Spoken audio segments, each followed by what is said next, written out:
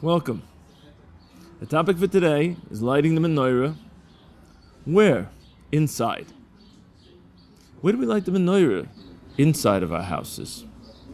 There's a special place that the rabbis have ordained for us to light the menorah. When we choose a spot for our menorah, where should we choose? When God created the world,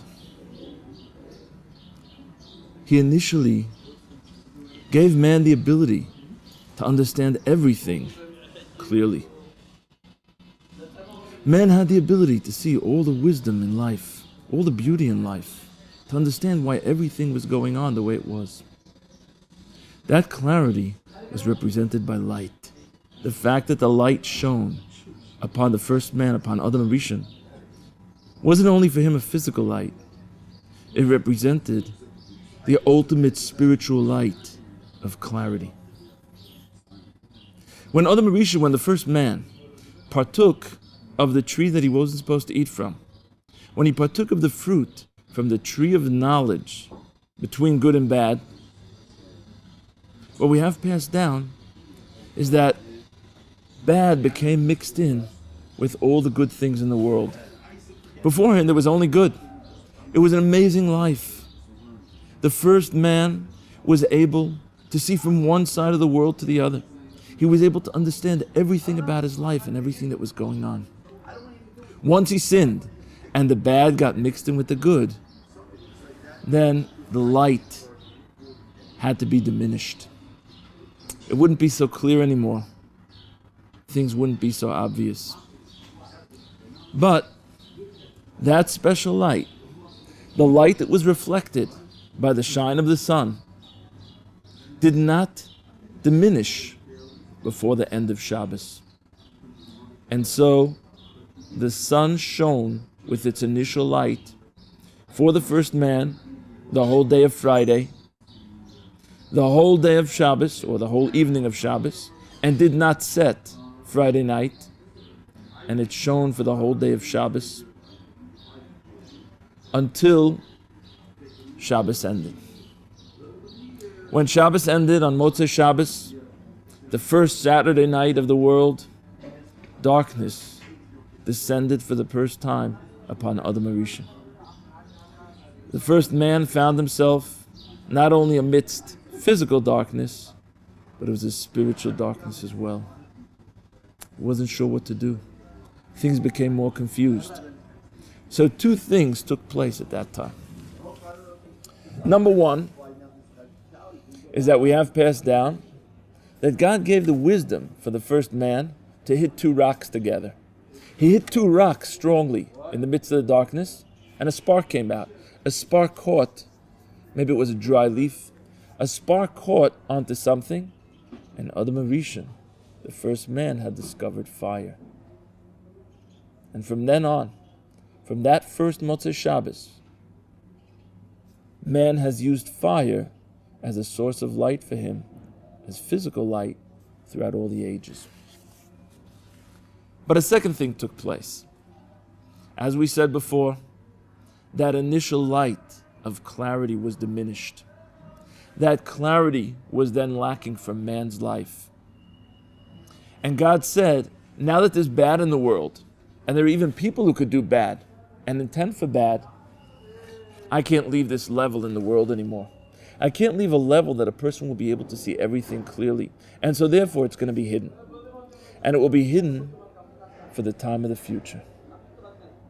And so we have passed down that in the future, where through the acts of mankind, everything will come back to a situation of good. The bad will be separated from the good. Everything in the world will be good. Once again, we will merit to enjoy that light.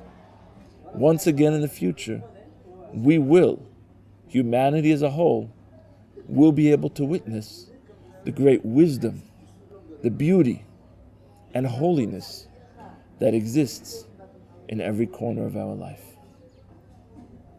But until then, and this is the second thing that has taken place over history, God has given us one time a year where we can experience, true, in a small way, but we can experience in some way that awesome light.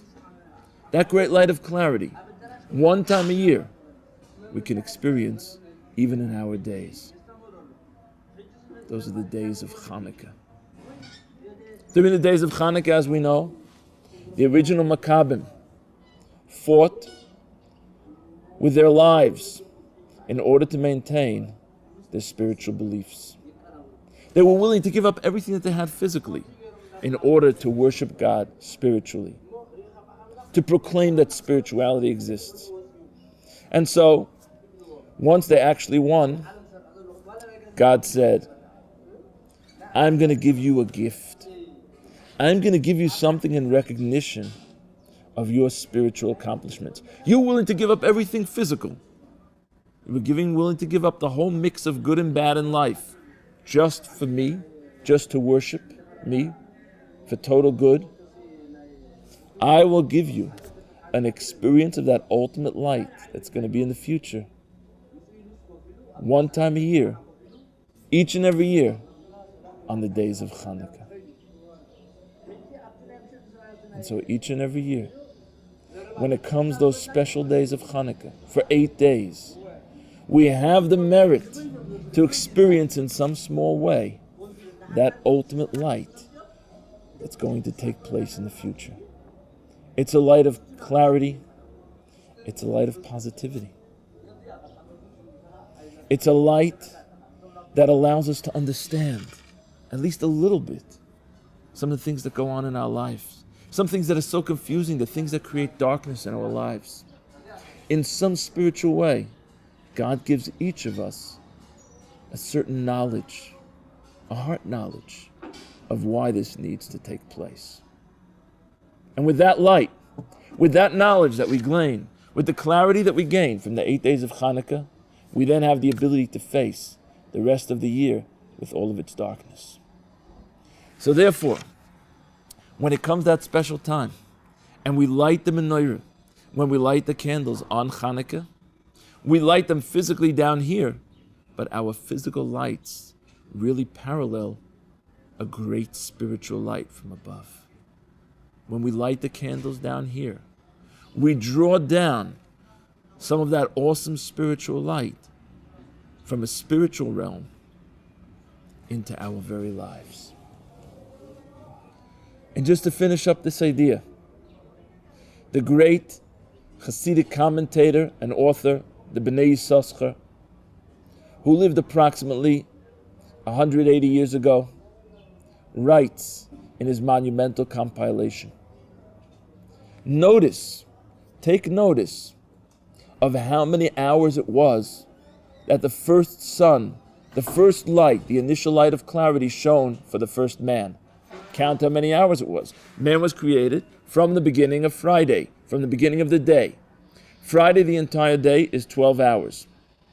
The light continued to shine for him through Friday night. That's another 12 hours. And it continued to shine without setting for the entire day of Shabbos. Another 12 hours. Altogether, the light shone for 36 hours until finally it set on Motzei Shabbos. 36, says the Bnei Yissaschar, is the exact number of candles that we light throughout Chanukah.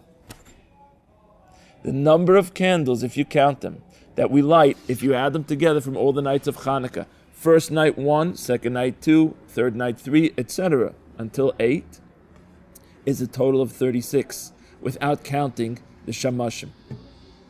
Those 36 candles, says Bnei Yissaschar, remind us of what the light that we light down here really corresponds to above. It's not just a physical light.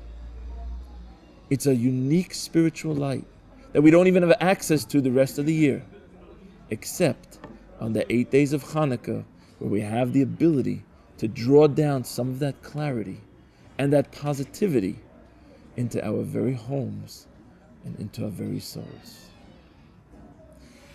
So tonight, what we wanted to discuss is, when lighting, where to position the menorah. Where do you put it? As we learned, the best place probably to put the menorah would be outside the front door.